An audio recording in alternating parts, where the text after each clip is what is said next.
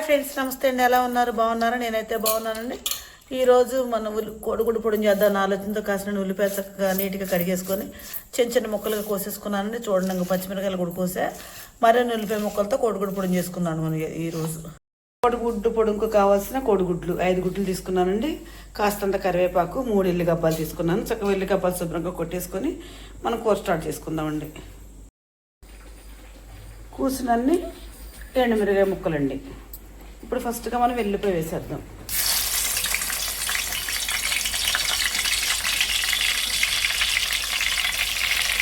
కరివేపాకు, ఎండుమిరపకాయలు, ఒకసారి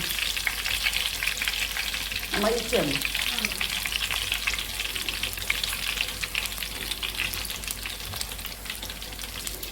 ఇదిగోండి ఉల్లిపాయలు, పచ్చిమిరపకాయ ముక్కలు కూడా వేసేస్తున్నానండి.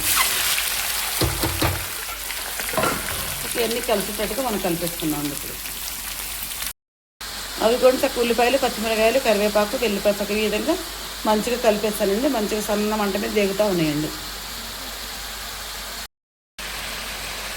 ఇది కూడా సాల్ట్ వేసేస్తే తొందరగా మగ్గిపోద్దని మా పాప చెప్పింది. అప్పటి నుంచి నేను సాల్ట్ అదే ప్రిపేర్ చేస్తే తొందరగా మగ్గిపోతాను. ఉల్లిపాయ ముక్కలు సరిపడ వేసాకనే సరిపోతే మళ్ళీ వేసుకున్నామండి. ఇదంతా కలిసి తిప్పేద్దాం. ఇది కొంచెం చక్కగా సాల్ట్ వేసేసాను కదా, మగ్గిపోయి కొద్దిగా పసుపు వేసాను. ఇప్పుడు కోడిగుడ్లు పోసేద్దామండి.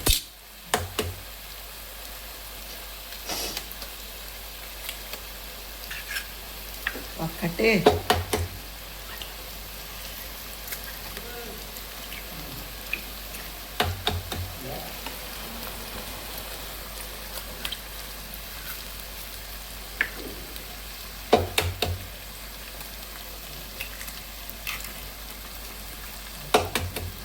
ఇవి కూడా చక్కగా కోడిగుడ్లు పోసేసానండి. ఇవన్నీ కలిసేటట్టుగా తిప్పేసుకున్నాం. ఇది కూడా చక్కగా కోడిగుడ్లు పోసేసానండి. ఇందులో చక్కగా కొద్ది మంట మీద కదండి, చక్కగా మంచిగా దగ్గరకు వచ్చింది. దీన్ని కదప్పటి నుంచి అవన్నీ చిన్న చిన్న ముక్కలుగా అయిద్దంటే ఒక 5 నిమిషాలు మగ్గించిన తర్వాత అప్పుడు కారం వేసుకున్నాను. చక్కగా కూర మగ్గిందండి. కారం కూడా వేసేస్తున్నానండి.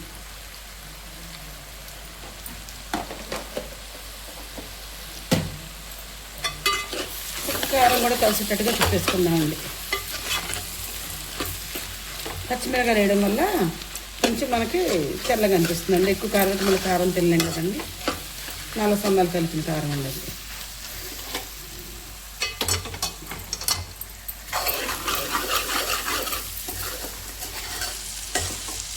ఉల్లిపాయ ముక్కలు ఎర్రగా ఎగినాయండి. కూర కూడా మంచిగా అనిపిస్తుంది. నేను చక్కగా కోడిగుడ్డు పొడి చేసే విధానం కానీ నేను చెప్పే విధానం కానీ మీకు ఏమైనా నచ్చితే నాకు ఒక లైక్ ఇచ్చండి. Please subscribe.